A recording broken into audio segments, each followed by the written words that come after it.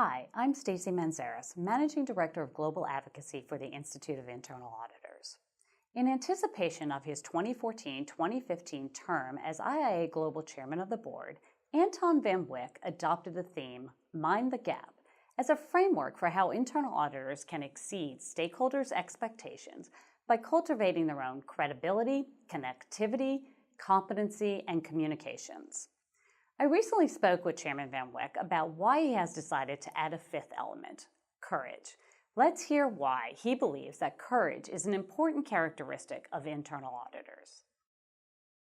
As internal audit, we need to have the steady hand. We need to have a really good grasp as to what are the challenges that might be facing our organization into the future.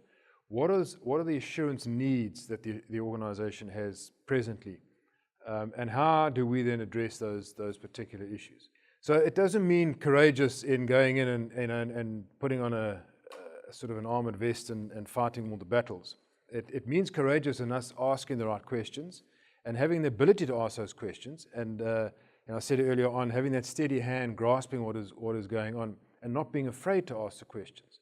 Also, not being afraid to actually deal with the aspect sometimes that I think impairs our ability to do things, and that is around objectivity and judgment.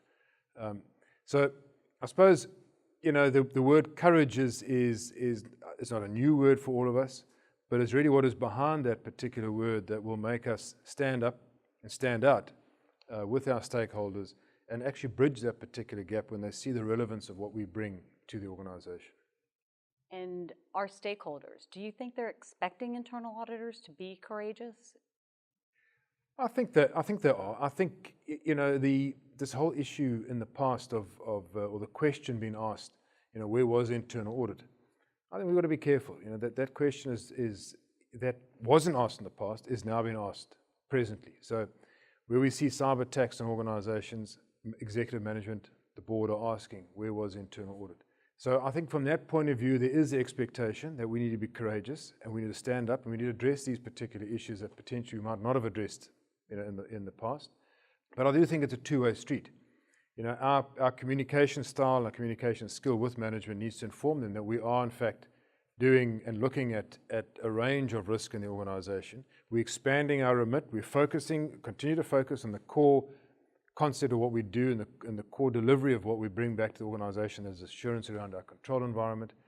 But at the same time, we are looking at broader issues, broader impacts on the organization.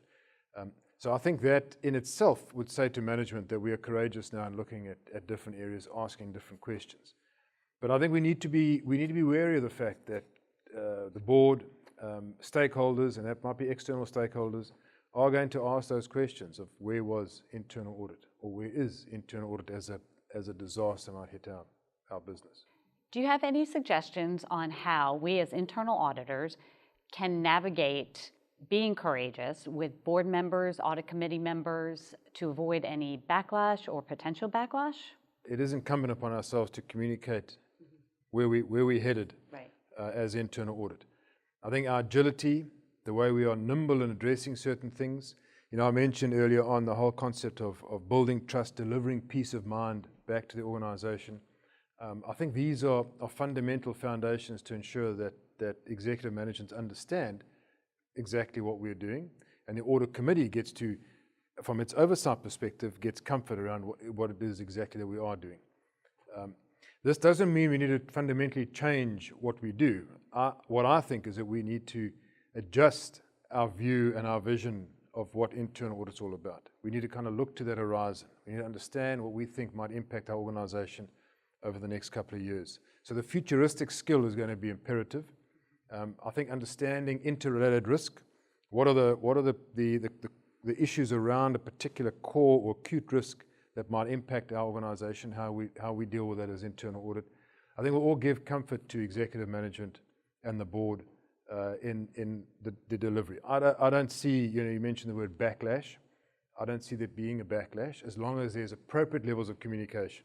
So you're not going to go and change your entire focus and plan on what you're doing without having detailed communication and getting an understanding as to what it is that you do.